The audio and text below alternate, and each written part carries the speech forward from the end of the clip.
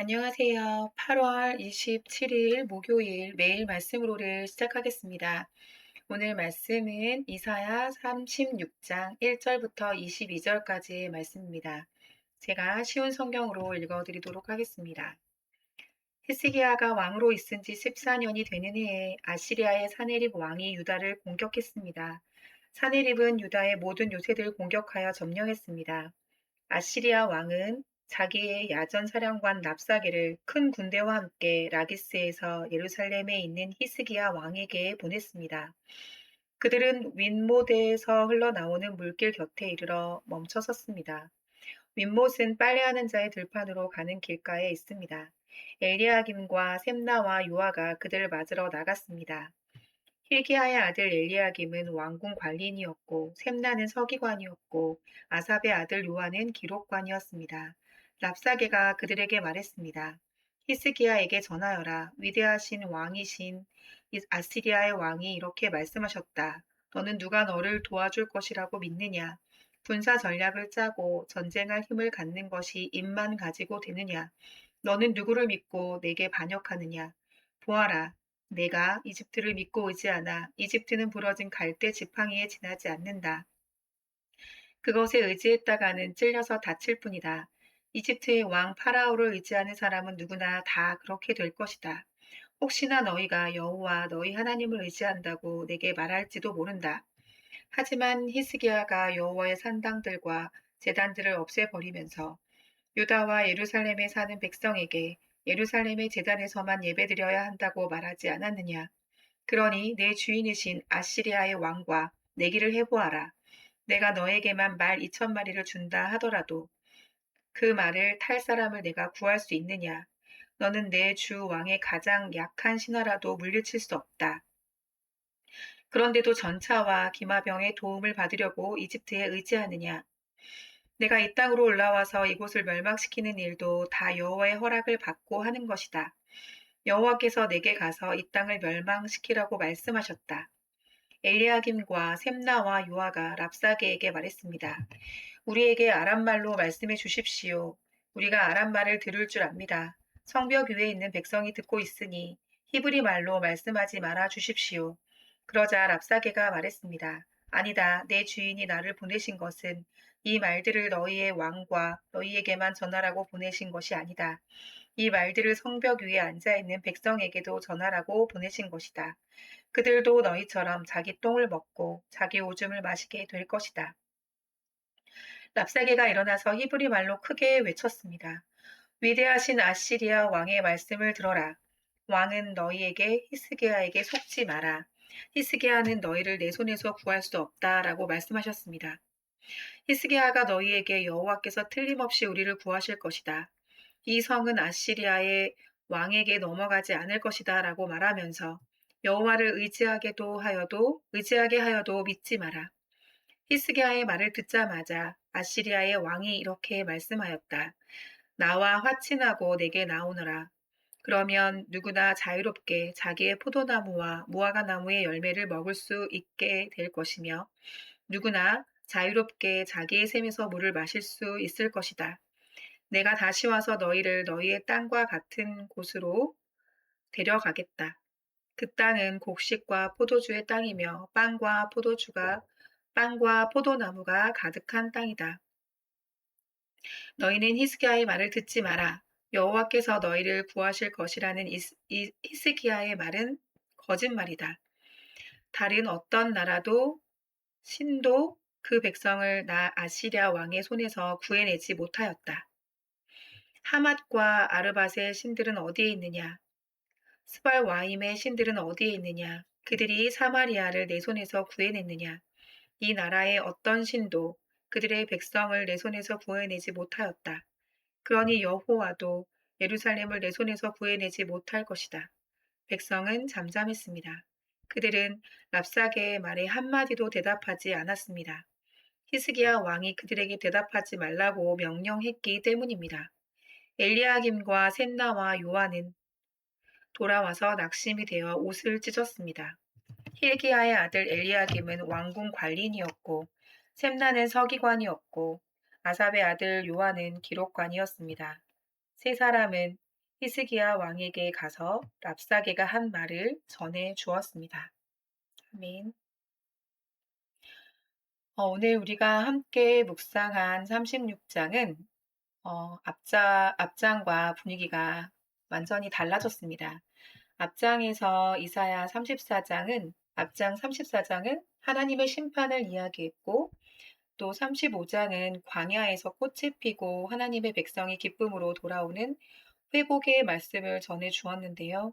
그런데 36장이 들어오면 갑자기 전쟁이 시작되는 모습입니다.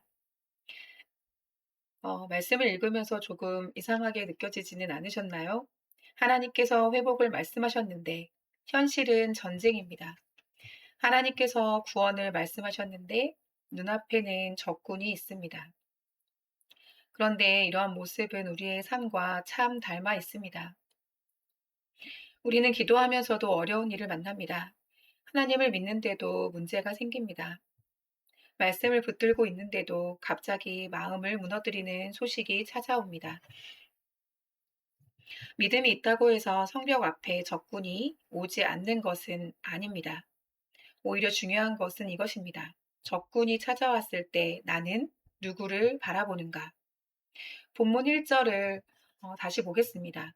아수르 왕 사네립이 올라와서 유다의 모든 견고한 성을 쳐서 취하니라. 당시 아수르는 아주 강력한 나라였습니다. 유다 입장에서 보면 정말 무서운 상황입니다. 하나씩 성이 무너지고 있습니다. 그들은 이렇게 생각했을지 모릅니다. 우리 성도 무너지면 어떡하지? 예루살렘까지 오면 어떡하나? 우리 가족은 어떻게 하지? 앞으로 어떻게 살아가야 할까?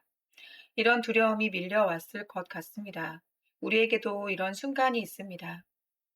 갑자기 건강에 문제가 생기거나 또 여러 가지 어려움이 우리에게 닥쳐올 수 있습니다. 또한 사람의 관계에서 오해를 받을 때도 종종 있습니다. 평소에는 괜찮다가 어느 날 한마디의 말 때문에 우리의 마음이 흔들릴 때도 있습니다.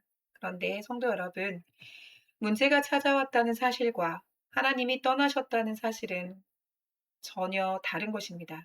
이것을 꼭 기억해야 합니다. 성벽 앞에 적군이 서 있다고 해서 하나님이 성벽을 떠나신 것이 아니라는 것입니다. 위기의 순간에는 문제보다 우리는 하나님을 먼저 바라보아야겠습니다. 2절을 보면 아수르 왕 사네립은 랍사게를 예루살렘으로 보냅니다. 그런데 그냥 군대만 보내는 것이 아닙니다. 말로 사람들의 마음을 무너뜨리려고 합니다. 사실 우리 인생의 싸움도 그렇습니다. 문제 자체보다 우리 마음속에 들어오는 생각이 우리를 더 힘들게 할 때가 종종 있습니다. 문제가 성벽 밖에 있는데 어느 순간 그 문제가 내 마음 안으로 들어와 버립니다. 그래서 아직 일어나지도 않은 일까지 미리 걱정합니다. 성도 여러분, 우리의 대적은 우리의 환경만 흔드는 것이 아니라 우리의 믿음까지 흔들려고 한다는 것입니다. 그래서 위기의 순간을 만났을 때 우리가 가장 먼저 해야 할 일은 문제를 크게 바라보는 것이 아닌 하나님을 크게 바라보는 것입니다. 예를 들어 우리가 자녀를 키우다 보면 아무리 이야기해도 듣지 않고 또 내가 원하는 방향과 전혀 다른 삶을 선택하는 모습을 볼 수 있습니다. 그럴 때 우리는 쉽게 이렇게 생각합니다. 우리 아이는 왜 저럴까? 앞으로 어떻게 하지? 내가 뭘 잘못한 건 아닐까? 라는 생각을 할 때가 있습니다. 그러한 생각이 꼬리에 꼬리를 물기 시작하면 아이의 현재 모습보다 미래에 대한 두려움이 나를 더 괴롭힙니다. 그럴 때 잠시 멈추는 것입니다.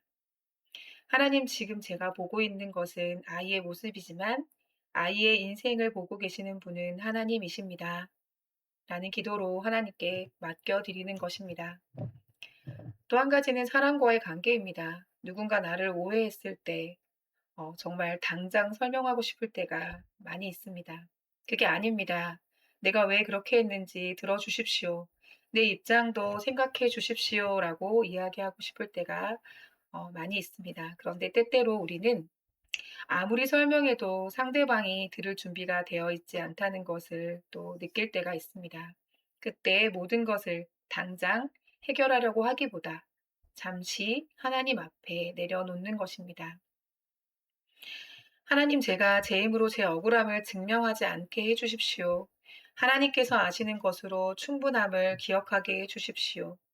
이러한 것들이 믿음의 연습입니다. 오늘 말씀을 통해서 우리가 두 가지를 적용해 보면 좋겠습니다. 첫 번째로는 문제가 생겼을 때 두려움보다 기도를 먼저 선택하는 저와 여러분이 되시기를 바랍니다. 문제가 생기면 우리는 본능적으로 사람에게 이야기하고 또 인터넷을 검색하고 또 여러 가지 것들을 계산하고 인간의 방법으로 방법을 찾으려고 애를 씁니다. 물론 필요한 일들을 해야 하지만 기도가 가장 나중이 되어서는 안 됩니다.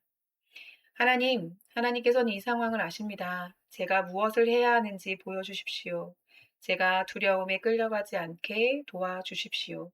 이렇게 하나님께 먼저 가져가는 것입니다. 문제를 해결할 힘이 내게 없을 때에도 하나님께는 언제나 해결할 힘이 있으시다는 사실을 믿으시기 바랍니다. 둘째는 내 마음의 성벽을 무너뜨리는 말을 조심해야 하겠습니다. 아수르가 예루살렘을 공격하기 전에 먼저 한 일이 있었습니다. 사람들의 마음을 공격하는 것이었습니다. 오늘 우리에게도 마음을 공격하는 말들이 참 많이 있습니다. 뉴스에서 보는 여러 가지 말들, 또 누군가 내게 던진 한마디의 말, 가족의 상처되는 말 한마디, 내 머릿속에서 반복되는 부정적인 생각 하나가 하루 종일 우리의 마음을 흔들 수 있습니다. 그럴 때 이렇게 말해 보십시오. 내가 들은 말보다 하나님의 말씀이 더 크다. 사람의 말이 내 미래를 결정하는 것이 아닙니다. 환경이 내 인생의 마지막 문장을 쓰는 것도 아닙니다.